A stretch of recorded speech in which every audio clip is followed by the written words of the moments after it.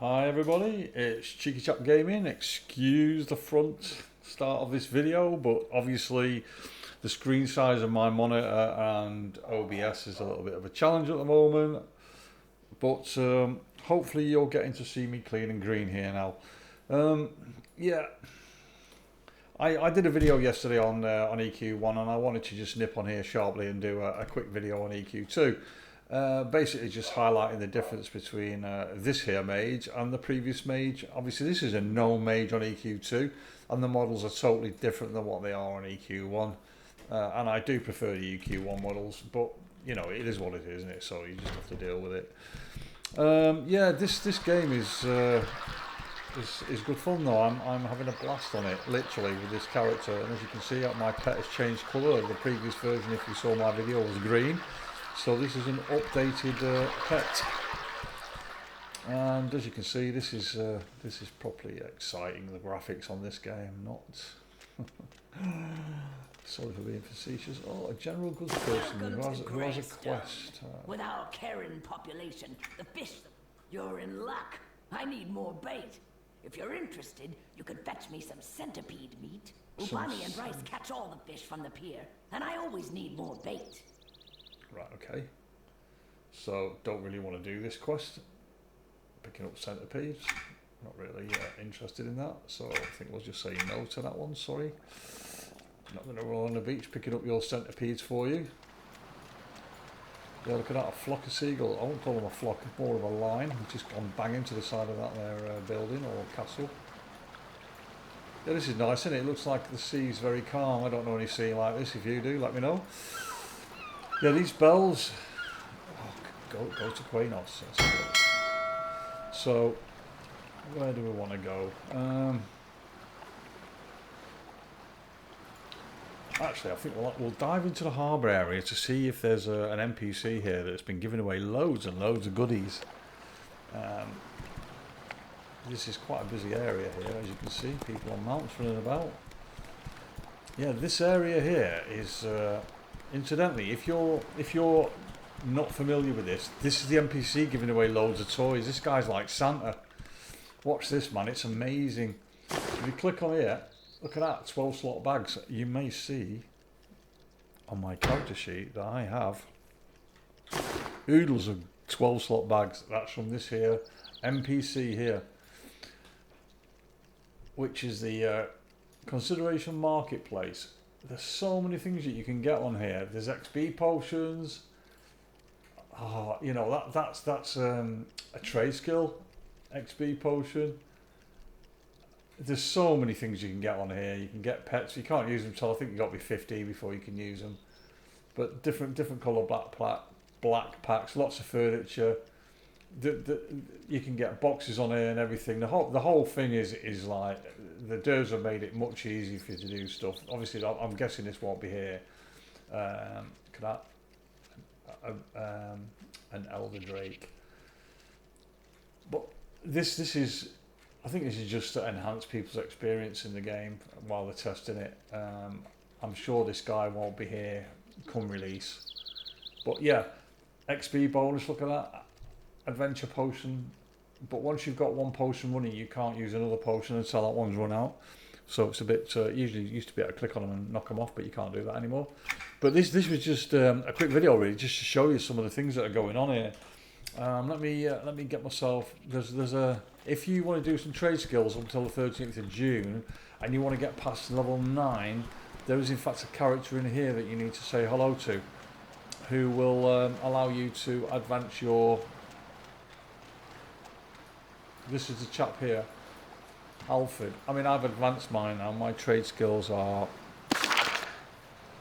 Trade skills, let's have a look. My trade levels even. Let's put character sheet. That's where we need to look at that. So... Where is it? Skills. Adventure, there we go. Adventure is trade skills. So you can see now I'm already... bang at it with my trade skills, with my outfitting. This is what I've chosen. I've done a bit of scholar work as well, and a little bit of artisan work, craftsman, sculpting and that. But this is I went outfitter It allows you to make metal tools, tailoring stuff. I'm sure that once you get to 20 you specialise even more, just go on the outfit and tailoring side and this will drop off. But they've just simplified it, which is great. And this is the guy you need to speak to get from level 9 onwards. So you're wasting your time doing any more work until you come and see this guy.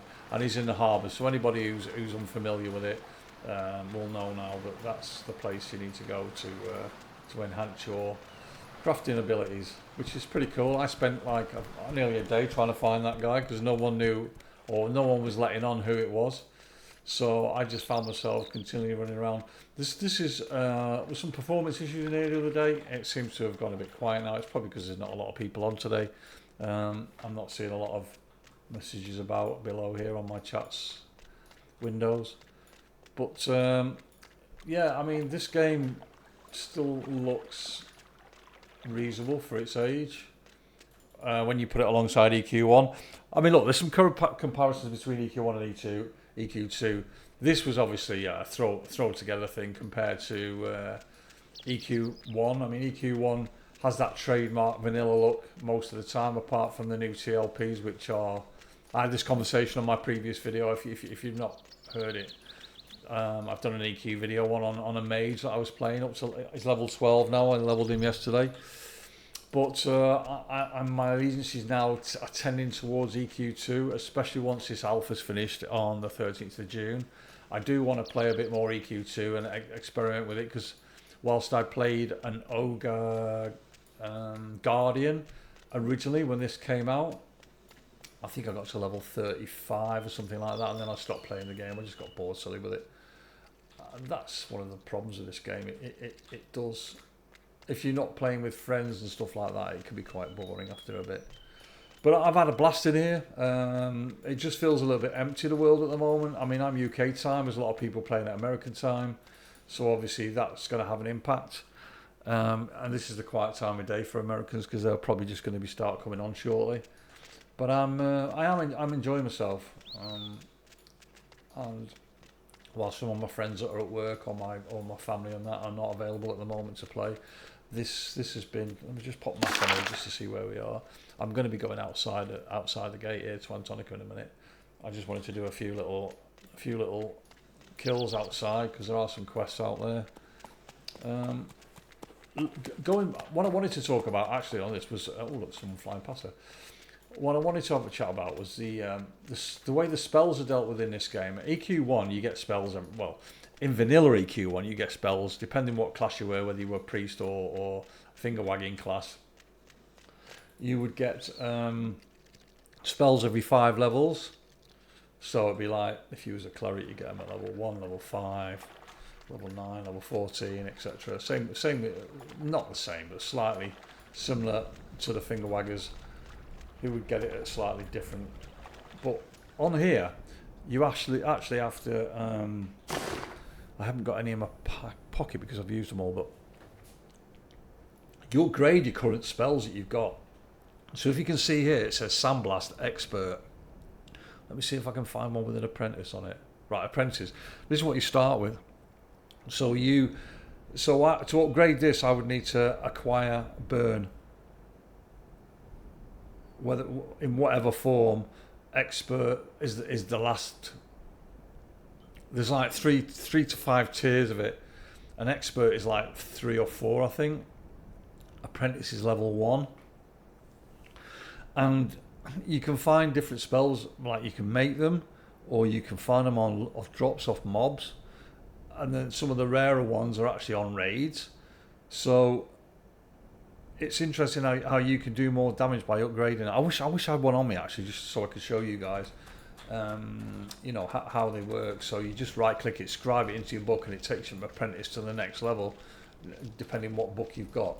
And then if you've got any books on your presence and you want to try and upgrade that, and it will tell you whether you can use it or not if you've already upgraded that particular spell. And this is far more interesting, because then you have to work for the spells that you've got, which is kind of fun, and it's a different way of playing the game. And that's probably why that's probably the fundamental difference between EQ1 and EQ2, because at the end of the day we're all doing quests. go from A to B, collect X, Y, Z, deliver it to H, G, H, I, whatever, and then get said reward. And that's exactly what we're doing with all of our questing. It doesn't matter what game you play, you're going to be doing some sort of questing of some kind, and that's what's going on here. It's kind of interesting that you can choose some of the what's this here? You can choose some of the spell. Like I choose not to upgrade some of mine because they're just pointless. Because it's like the only ones I'm interested in really are my attack spells, and because the way the game is, it has like a heroic attack, so you can attack heroically, and it's a group thing as well as a single player thing. So I'll show you on this Viper here. So let's attack this Viper. Let's send my pet in. So basically, how it works is you start an attack. So let me go and attack this. Let me attack this, and then you get an opportunity. So let me just nail this to the ground. So there's my opportunity there. It's Agno. So it's called Arcane Agno. So if I hit that, it allows me to cast several spells. So if I hit this one, it's going to dead before I get the second one on. And then this one, it actually resisted that. And then I've got a chance, well, unfortunately the mob's dead now, but you get a chance to use 2 spells to combine, which make a massive impact and give you a larger amount of damage, which is pretty cool. So that was a bad example really, because the mob wasn't high enough. Let's see if we can find a bigger mob. There's one here, glider.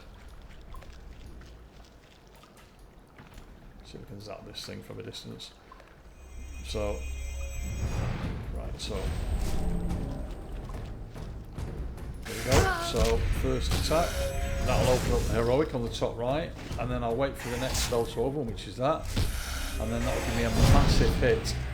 And as you can see, it's taken a substantial amount of damage. And when there's a combination of a group of 5 to 6, then it allows for different concepts in that. And it's hard to explain it, but you can get extra buffs. And obviously you can kill the mob quicker. So there are options, and if you're in a group, for example, if you had a cleric with you, there'll be an option for the cleric to heal better, there'll be an option for people to cause more damage. So generally that's how the heroic event works, and it's pretty cool to be fair. And you actually, that benefit can last for a period of time, depending on who actually started it off. Because if you do a single one where you just take control of it yourself, no one else really benefits apart from you. But if you use the group one, you get different options in that wheel for different classes to engage, and that's where you get your buffs from. And there's lots of collectibles in EQ2. There isn't any in EQ1 apart from what we get off mobs. So you can see you just add it to either or. I'm not going to get to 45, so we'll add it to the 10. And that's another thing that just keeps you really busy. There's so many collectibles in this game, it gets exhausting sometimes. But I'm having a blast, that's the main thing. And as you can see, I'm only playing on my own. I've only just leveled to level 11, so I'm pretty much not far away from what the level of my EQ1 mage is, which got level 12 last night on my previous video that I've just done. So this was just to kind of like give you a kind of comparison as to what's different. The difference on this, like I mentioned on my video yesterday, is that these are a bit nasty. I'm not fighting them. The difference on this is that my pet, who is here, if I click on him, you can see he's level 11 and I'm level 11. Well, my mage pet yesterday on the EQ2 was level 12 prior to me getting to level 12. So your pets can always be higher level by 4 levels than you when you first level up on EQ1. On EQ2, whatever level you are, your pet is that level. So I'm now a level 11. When I get to level 12, my pet will be level 12, and the benefits that he receives are the same as what different. Obviously, they'll be the same as what the equivalent of a level 12 is.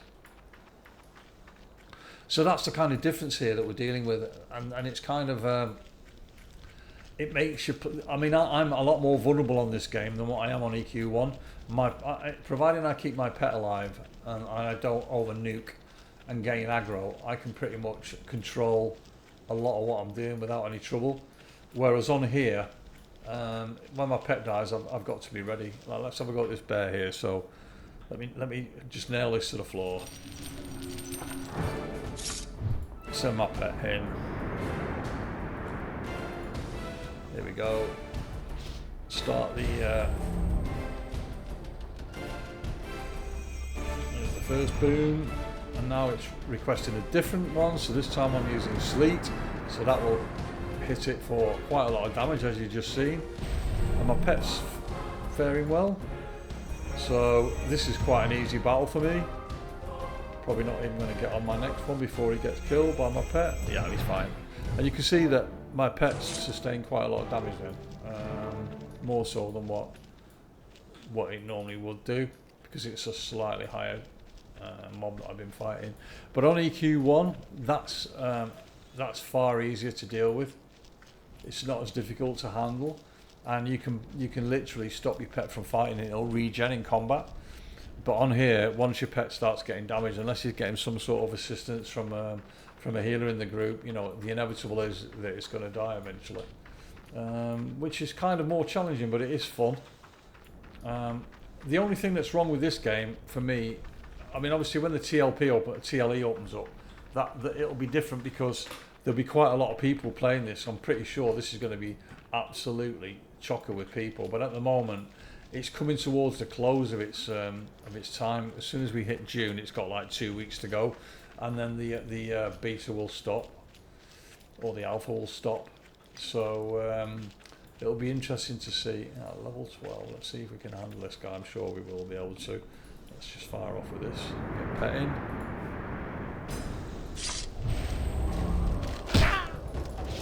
Damage. That's the floor. Yeah, these yellow mobs are a slight challenge, but they're not much more than a challenge than what you'd expect on EQ, you know what I mean? You can fight EQs on, you can fight yellows on EQ1, quite simple with a mage. You know, with some other classes it might be a bit more challenging, like a warrior will probably struggle on EQ1 soloing, but a mage or a necro can pretty much wipe someone like this out. You see my pet's taken half damage there, but again, it's not too dangerous. If you get two mobs like that attacking you, then it can be a bit more of a challenge, but I'm not finding it difficult at all. I'm finding it quite easy to play on here. And that's probably another reason why I'm enjoying myself. I'm just having a great time on here. But that's it, guys, basically. That's what the differences are between the two. The magic system on here for me is a bit more, it's a bit more challenging, because you have to find the materials that you need to create, or you have to buy the materials, or you have to gather the materials like I'm doing here, so that you can get somebody who can make a said spell, because that's quite difficult, making spells. For the first level of spell, you need a gem, which you get from gathering from iron ore, or from ores. Oh, that's a big bear. Be interesting to see if I can fight this. Let's have a go at this, because this is quite a challenging mob. This is like a couple of 3 levels higher than me, so it'll be interesting to see if I get whopped. My pet certainly has got to be challenged on this one for sure. It depends if I can get a couple of these off or not before my pet dies. Let's get my pet here.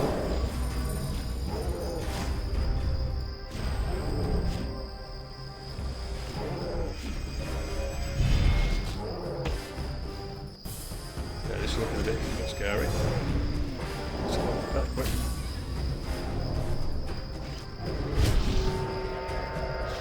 I've just got a buff then. My pet's going to die. This is going to be dangerous. I need to root that thing quick. My pet dies, it's all over. Right, my pet's died, so let's bring another pet up. Let's hope it stays rooted. No, it hasn't. I'm going to get interrupted and killed here now. I'm just never going to be able to hold this thing off. See my damage I've taken already. I'm just not... If I get an add off for that wolf as well, I'll be in trouble. If I get a pet up, I win. If I don't, I die. I die. I'm interrupted, so now I'm going to die. Unless I can get another. There we go. No, I didn't get it, so I'm dead. There you go. That's what happens when you take someone a couple of 3 levels higher than yourself. That's the price you pay. The root spell that I've got is it's an expert one, so it should work. Oh, I'm not actually dead. I am now. Oh well, never mind. I did root the thing after all. Ah well, never mind. I mean, obviously you've seen what it's like. It's quite challenging. Which is the closest one there.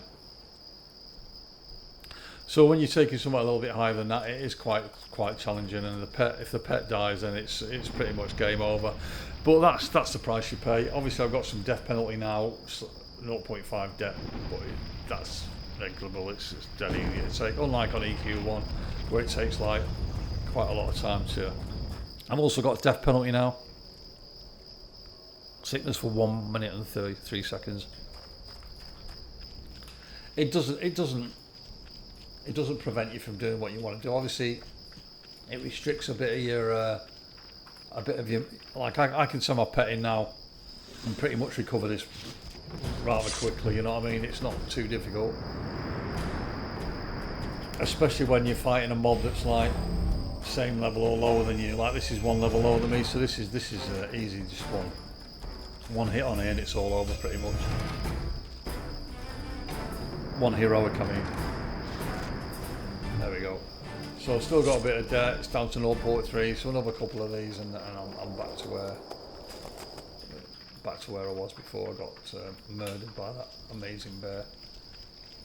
So yeah, this is quite. I mean, and I'm soloing here, but in a group environment, it's even more fun. It's just this is such a powerful character to play. Obviously, all the caster classes, same as the Necro here, is quite powerful.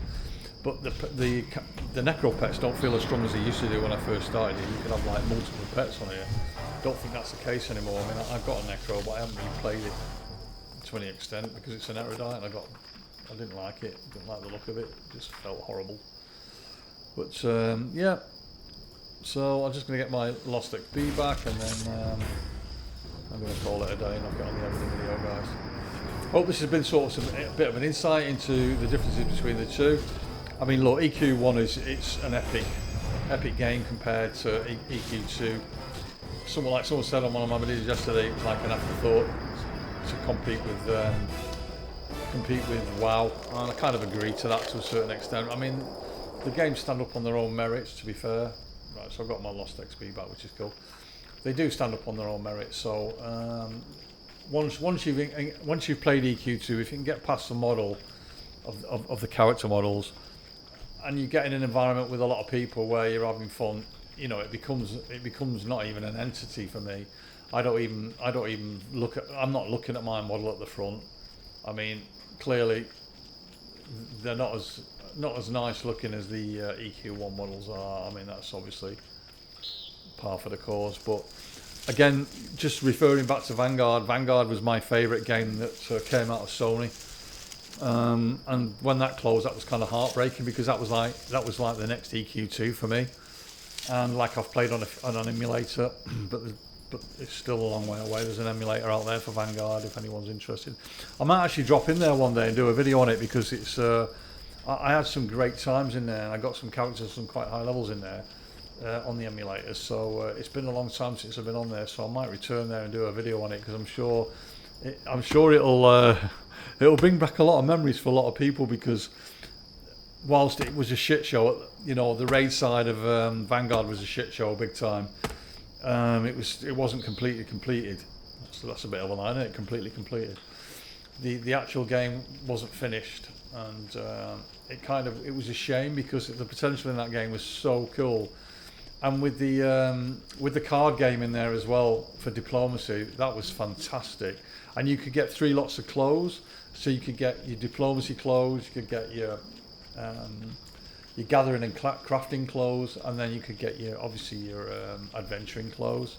So you'd have 3 lots of different wearables, which had a massive impact on what you were doing. So if you're doing diplomacy, you could wear that set of clothing, and if you were adventuring, obviously you could use your high-end stuff that you'd acquired or made.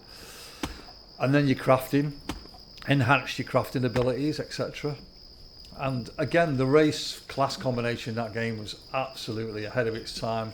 It was one of them games that it deserved to get a better sort of community than what it had, and it fell flat on its face purely because it run like a pile of poop, and they weren't able to to make it run on low-end machines. So it kind of like, that's what kind of ruined it really for a lot of the player base. It just ran poorly, and people couldn't get frames per second out of it, and so people were leaving in droves, you know what I mean, which is kind of sad really. Microsoft took over the product. They were kind of forcing the issue for it to be sorted and get it out to the public to make some money on it. Obviously they wanted a return on their investment, so that was another major reason why. Got 12. Yeah, I want to kill one of these. I've not killed one of these yet, so this is definitely going to have some action. See if I get killed again. Let's have a look. Send my body. Oh god, it's a 3-up. Just realised that was a mistake and a half. Right, I'm bailing already. That was a mistake. I didn't even look at it. That's an epic mob, and my pet is gonna get murdered. I am in big trouble here now if that catches me. I'm just hoping that I don't even know. Yep, he's coming for me, look.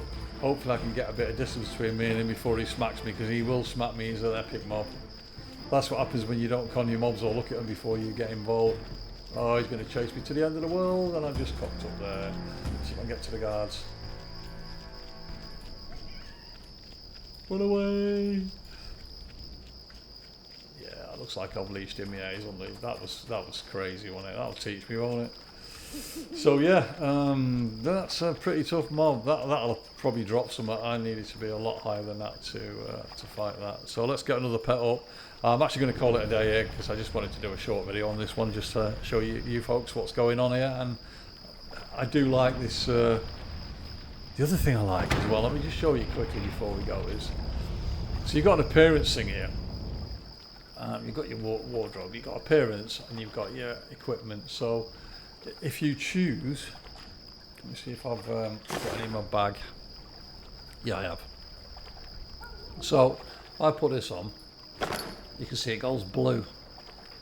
I put my robe back on, and now if we go to the appearance window, I can have my other robe on. So if you've got a different colour robe, you can put it on your appearance thing, and it supersedes what you're actually wearing. Look at the state of them white shoes, man. I mean, I've actually made a lot of this equipment. As you can see, oh, and I'm damaged. I need to repair it as well. You can see I've been making this with my tailoring skills. So I've got a lot of damage on my equipment, so I actually go and get it. I need to go and get it repaired, but it's pretty good fun. I do enjoy the crafting in this game, and the fact that you can make. I mean, look at that: 4 intelligence and 5 health at this level. That's pretty cool, to be fair. It's not the best thing that's out there, but there are better things that drop off mobs. But for a level I am, a level 11, 4 intelligence, 5 health and 5 power is quite good. And it's one of them, I mean, when you look at the starter one, which I started out with originally, which was this one, look at that, it's just it's chalk and cheese. Let me just say that on there. I don't want to actually look, I want to keep my original look on. So that's it. I mean, there are some nice looking things in this game, but my pet's gone from blue to red. I wonder why. Is he? I don't know. That's weird. Normally he's blue. Interesting. Oh well, I don't know what that is, but there you go. Right. So anyway, guys, I'm just blabbing on about nothing now. I'm going to call it a day here. I'm going to go and play my Templar now on here, because I'm currently leveling a Templar. Just want to see how that was like. He's still on the newbie island, and I'm going to try and kill one of them 3-up mobs, and a heroic mob. So I just want to say thank you again to everybody who's subscribed to my channel, because I'm not advertising the fact, and lots of people keep leaving comments on my videos. I do appreciate it. Thank you very much for joining me, and I look forward to meeting some of you out in the world there. So thanks again for watching my video. Cheeky Chap Gaming, keeping it simple. say goodbye. Bye bye.